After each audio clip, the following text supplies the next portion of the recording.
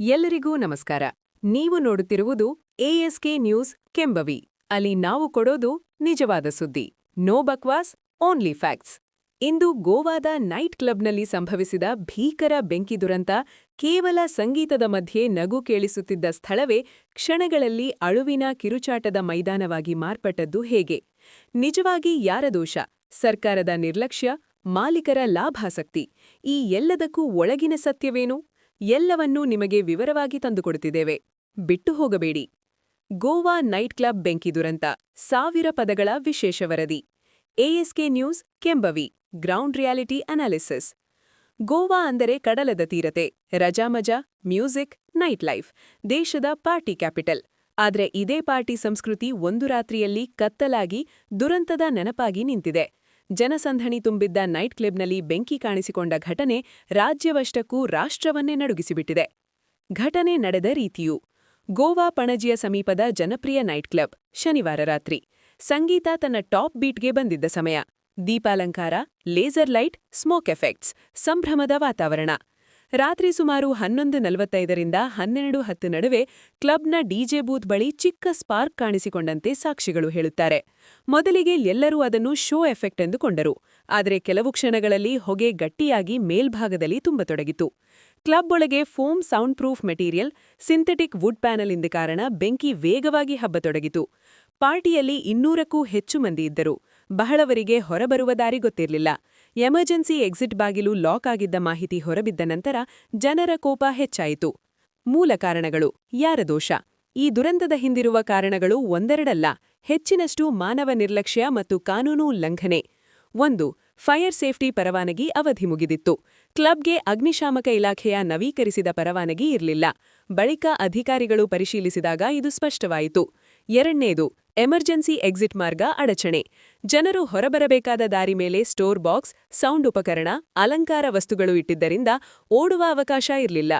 3ನೇದು, ಅತಿಯಾದ foam sound proofing. Foam material 2 ಸೆಕೆಂಡ್ನಲ್ಲಿ ಬೆಂಕಿ ಹಿಡಿಯುವ ಗುಣ ಹೊಂದಿದ್ದರೂ ಕ್ಲಬ್ ಅದನ್ನು ಸುರಕ್ಷಿತ ಅಂತರವಿಲ್ಲದೆ ಅಳವಡಿಸಿತ್ತು. 4ನೇದು, ವಿದ್ಯುತ್ overloading. Decoration lights, laser equipment, high voltage amplifier ಈ ಎಲ್ಲ ಒಂದೇ ಪ್ಲಗ್ ಲೈನ್ಗೆ ಜೋಡಿಸಲಾಗಿತ್ತು. ಇದೇ ಬೆಂಕಿಯ ಮೂಲ ಕಾರಣವಾಗಿರಬಹುದು ಎಂದು ತನಿಖೆಯ ಪ್ರಾಥಮಿಕ ವರದಿ ಸೂಚಿಸಿದೆ. 4ನೇದು, ಜನಸಂದಣಿ ಮಿತಿಮೀರಿತ್ತು. 100-120 ಜನರಿಗೆ ಅನುಮತಿ ಇದ್ದರೂ ಕ್ಲಬ್ ಒಳಗೆ 200ಕ್ಕೂ ಹೆಚ್ಚು ಜನರಿದ್ದರು. ಸೇಫ್ಟಿ ನಿಬಂಧನೆಗಳನ್ನು ಉಲ್ಲಂಘಿಸುವುದು ಸಾಮಾನ್ಯ ಎಂಬುದು ಈಗ ಬಯಲಾಗಿದೆ. ಸರ್ಕಾರದ ತಡ ಪ್ರತಿಕ್ರಿಯೆ, ಜನರ ಕೋಪ. ಬೆಂಕಿ ಕಾಣಿಸಿಕೊಂಡ ಕೂಡಲೇ ಸ್ಥಳೀಯ ಜನರು ಮತ್ತು ಕೆಲ ಸಿಬ್ಬಂದಿಗಳು ಪ್ರಾಣಪಣವಿಟ್ಟು ಜನರನ್ನು ಹೊರತೆಗೆದರು. ಆದರೆ ಅಗ್ನಿಶಾಮಕ ದಳ 18-20 ನಿಮಿಷ ತಡವಾಗಿ ಬಂದಿದೆ ಎಂದು ಸಾಕ್ಷಿಗಳು ಹೇಳುತ್ತಾರೆ. ಗೋವಾ ಸರ್ಕಾರ ಈ ಘಟನೆಗೆ ವಿಶೇಷ ತನಿಖಾ ತಂಡ ರಚಿಸಿದೆ. ಆದರೆ ಜನರು ಕೇಳುತ್ತಿರುವ ಪ್ರಶ್ನೆ: ತನಿಖೆ ಮಾತ್ರವೇ ಸಾಕಾ? ಇಂತಹ ಕ್ಲಬ್ಗಳು ಹೇಗೆ ಪರವಾನಗಿ ಪಡೆಯುತ್ತಿವೆ? ಕ್ಲಬ್ ಮಾಲೀಕರ ಬಣ್ಣ ಬದಲಾವಣೆ.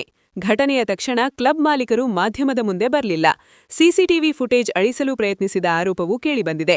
ತನಿಖೆಯಲ್ಲಿ ಅಕ್ರಮ ಕಟ್ಟಡ ವಿಸ್ತರಣೆ, ಪರವಾನಗಿದಾರಿಯಲ್ಲಿ ಬ್ರೋಕರ್ಗಳಿಗೆ ಲಂಚ, ರಾತ್ರಿಯ 2 ಗಂಟೆಯ ನಂತರವೂ ಕಾರ್ಯಾಚರಣೆ ಎಲ್ಲವೂ ಬಹಿರಂಗವಾಯಿತು.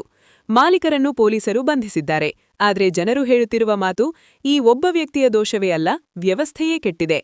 ಬಚಾವಾದವರ ಅನುಭವ ನಡುಗಿಸುವ ವಾಸ್ತವ. ನೈಟ್ ಕ್ಲಬ್ ಒಳಗಿದ್ದವರ ಕಥೆಗಳು ಹೃದಯ ಕಲುಕುವಂತಿವೆ. ಒಬ್ಬ ಸಾಕ್ಷಿ ಹೇಳಿದ್ದು: ಮೊದಲಿಗೆ ಹೊಗೆಯ ವಾಸನೆ ಬಂತು. ಮತ್ತೆ ಕೆಲವೇ ಸೆಕೆಂಡ್ಗಳಲ್ಲಿ ಉಸಿರಾಡಲೂ ಆಗ್ತಿರ್ಲಿಲ್ಲ. ಬಾಗಿಲು ಕಟ್ಟಿಹಾಕಿದ್ದರಿಂದ ಎಲ್ಲರೂ ಒತ್ತುಕೊಂಡು ಕೂಗತೊಡಗಿದರು. ಇನ್ನೊಬ್ಬ ಯುವತಿಯ ಹೇಳಿಕೆ: ನಾನು ನೆಲಕ್ಕೆ ಬಿದ್ದು ರೆಕ್ಕೆ ಹಾರುವಂತೆ ಹಾರುತ್ತಿದ್ದ ಕೆಂಪು ಬೆಂಕಿಯನ್ನು ನೋಡುತ್ತಾ ಹೊರಕಡೆಯ ದಾರಿಗೆ ಹಾವರಿಯಲ್ಲೇ ಬಂದೆ. ನನ್ನ ಸ್ನೇಹಿತಳು ಹೊರಬರುವಷ್ಟರಲ್ಲೇ ಹೊಗೆಯಿಂದ ಬಿದ್ದಳು. ASK news Kembhavi. Ground report. ವ್ಯವಸ್ಥೆಯ ಕತ್ತಲ ಬಯಲು.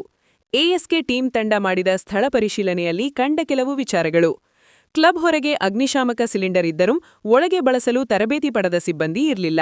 ಕಟ್ಟಡದ ಮೇಲ್ಛಾವಣಿ ಬ್ಲಾಕ್ ಮಾಡಿದ ವೆಂಟಿಲೇಷನ್ ಹೊಗೆ ಹೊರಗೆ ಹೋಗದೆ ಒಳಗೆ ತುಂಬಿತು.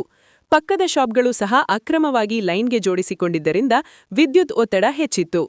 ಕ್ಲಬ್ಗೆ ಯುವಕರು ಬರುವುದನ್ನು ನೋಡಿ ಸ್ಥಳೀಯರು ಹಲವು ಬಾರಿ ದೂರು ನೀಡಿದ್ದರೂ ಸ್ಥಳೀಯ ಸಂಸ್ಥೆ ನಾಳೆ ಬರುತ್ತೇವೆ ಅಂತ ವಿಳಂಬ ಮಾಡ್ತಾ ಬಂದಿದೆ.